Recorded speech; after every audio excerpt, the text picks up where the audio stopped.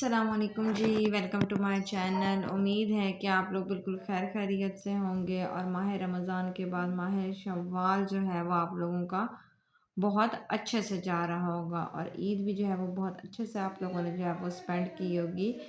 تو جی اب ماہ شوال چل رہا ہے، ماشاءاللہ سے یہ مہینہ بھی بہت زیادہ برکتوں والا ہے، کیونکہ اس میں بھی اللہ تعالیٰ کی طرف سے جو ہے وہ انعامات نازل ہوتے ہیں۔ تو کیوں نہ ہم بھی جو ہے وہ چھوٹے چھوٹے سے وظائف کر کے اللہ تعالیٰ کی ذات کو جو ہے وہ راضی کرنے کی کوشش کریں اور اس کے انعامات سے بھرپور فائدہ اٹھائیں اور اپنے گناہوں کی معافی مانگیں۔ تو آج آپ لوگوں کے ساتھ اسی طریقے سے ماہ شوال کا ایک بہت ہی پیارا وظیفہ شیئر کرنے لگی ہوں، اور بہت ہی طاقتور وظیفہ ہے۔ کوشش کریں کہ آپ لوگ اس کو شوال کے شروع میں ہی جو ہے وہ سٹارٹ کر دیں، تاکہ یہ وظیفہ جو ہے وہ آپ کا شوال کے مہینے میں ہی جو ہے وہ ختم ہو جائے۔ تو آپ نے جو ہے وہ کیا کرنا ہے، اصل میں جو یہ شوال کا مہینے کا جو وظیفہ ہے نا، یہ خاص جو ہے وہ مشکلات کو دور کرنے کا وظیفہ ہے، یا پھر آپ کی حاجتوں کو پورا کرنے کا جو ہے یہ وظیفہ ہے۔ اس میں جو ہے وہ بہت ہی عجیب اثرات جو ہیں وہ آپ اپنی آنکھوں سے دیکھیں گے، ان کے نتائج آپ اپنی آنکھوں سے دیکھیں گے، کیونکہ ایک تو یہ ہے کہ ماہ شوال ہے، ٹھیک ہے، اور دوسرا یہ ہے کہ عید کے فوراً بعد جو ہے وہ اللہ تعالیٰ کی طرف سے ہمیں ماہ رمضان میں رکھے گئے روزوں کے جو ہے وہ انعامات مل رہے ہوتے ہیں، ٹھیک ہے۔ تو اس لحاظ سے بھی یہ بہت زیادہ اچھا مہینہ جو ہے وہ مانا جاتا ہے۔ ویسے تو جتنے بھی مہینے ہیں سارے کے سارے بہت اچھے مانے جاتے ہیں، لیکن کچھ مہینوں کی جو ہے وہ ہم لوگ عبادات یا مطلب کہ اس حساب سے جو ہے وہ ہم زیادہ کرتے ہیں محنت وغیرہ ان کے اندر۔ تو ماہ شوال بھی جو ہے وہ انہی مہینوں میں سے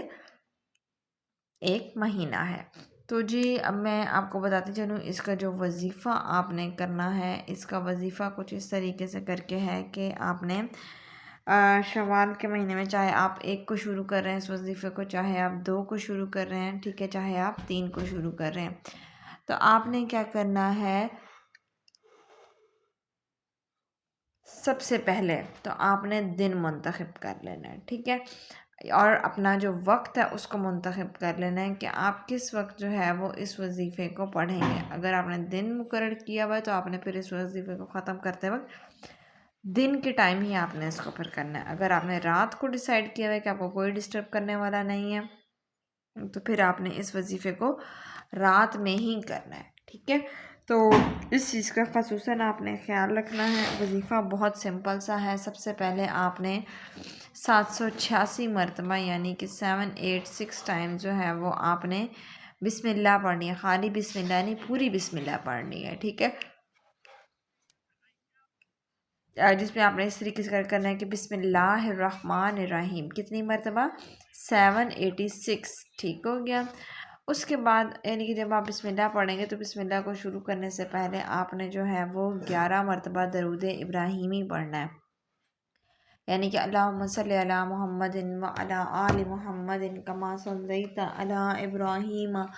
وعلی آل ابراہیم انک حمید مجید، اللہم بارک علی محمد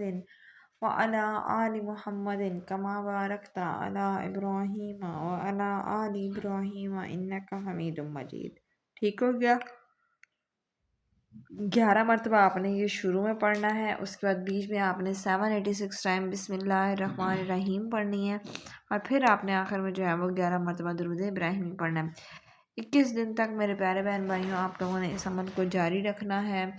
اور اپنی نیتوں کو صاف رکھنا ہے، اور اپنی حاجتوں کو اللہ کی بارگاہ میں پیش کرنا ہے۔ انشاءاللہ اللہ عز و جل نے چاہا تو آپ کی جتنی بھی حاجتیں ہیں وہ بھی ضرور پوری ہوں گی، اگر وہ آپ کے حق میں بہتر ہیں۔ آپ کی جو مسائل ہیں، آپ کے وہ مسائل بھی انشاءاللہ تعالی عز و جل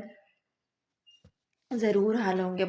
شرط یہ ہے کہ آپ کی نیت جو ہے وہ صاف ہونی چاہیے، آپ کی نیت پاک ہونی چاہیے، کسی کو نقصان پہنچانے کی نیت سے کبھی بھی کوئی وظیفہ یا کوئی بھی دعا ہمیں نہیں کرنی چاہیے۔ تو انشاءاللہ ملتے ہیں اپنی اگلی ویڈیو میں، تب تک مجھے دعاؤں میں یاد رکھیے گا، تب تک کے لیے اللہ حافظ۔